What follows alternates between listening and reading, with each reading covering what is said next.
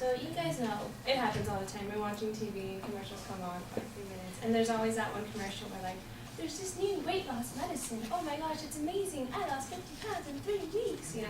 And then they tell you how it's so amazing, you have to buy it. It's a low price, it's a good deal, everyone should buy it. Millions of people are buying it.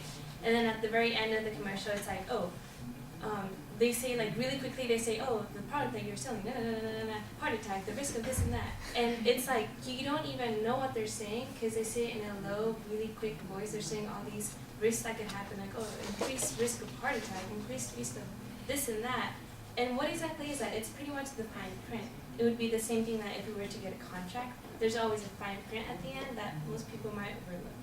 Now the quote that I got is, "Nothing in fine print is ever good news" by Rumi, which is true when you think about it. And the thesis that I got from this is that it's smaller for a reason. And what's the reason?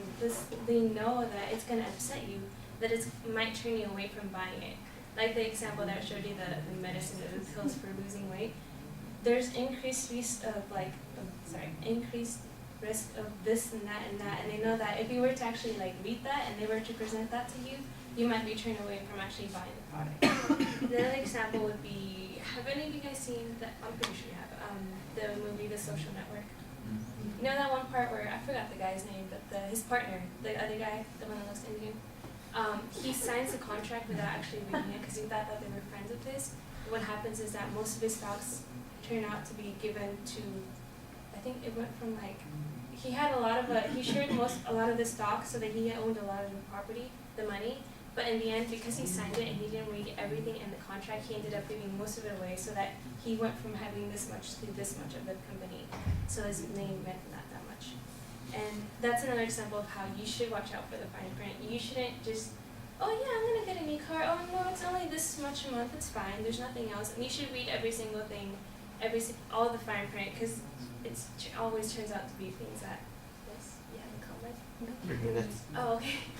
Sorry, I forgot your name. Anyways, what I'm trying to say is that beware of the fine print. Just make sure that you read everything, that you're all the details, and that you know what you're getting yourself into when you get a house, when you get a car, when you get a new phone like that, the new iPhone, or when you're looking at commercials and you think, I might just buy that. So that is all for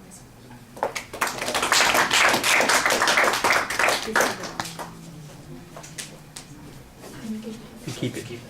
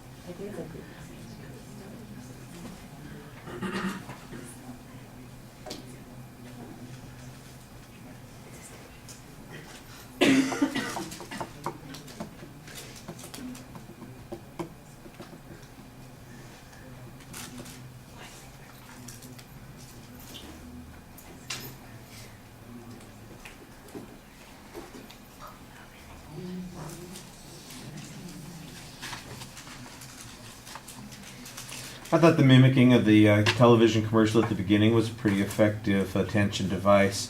It would have been great if you could have remembered all of those warnings. That you kind of got stuck on the one, You know, long-term loss of short-term memory, immediate weight gain, long-term, loss of toenails, anal leakage, all that kind of stuff that they had. So if you could have remembered all those sorts of things, it would have paid off a little bit more. But the point that you made was relatively clear.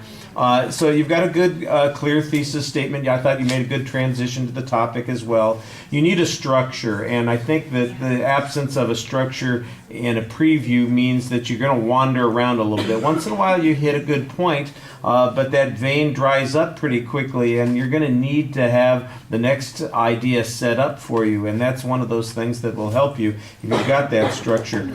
I thought that your voice dropped out the longer you went. It just seemed like you got quieter and quieter while you were talking, that you were pretty forceful in the introduction, and then after that, once you hit the body of the speech, it was just, and then you started talking like that, and it was a little bit harder to stay engaged. There's okay variety in your voice. You didn't do anything that was too distracting, except a couple of times you're crossing your ankles. That looked a little bit nervous and awkward, and you look off balance while you're doing that. You, of course, have the finish of the speech that is been yelled at everybody about. That's all there is. I'm done. Basically that's how you finish off, and you want to be careful about that. I thought it sounded like you knew what you were trying to say, but you didn't always have the structure nailed down, and you hadn't quite figured out how to finish off. And I think you just want to come back to that point and go ahead and agree with the quote. That's like I said many times, that's the easiest exit, just to say, here's the point that I'm trying to make. I hope that you all understood that. All right. Thank you.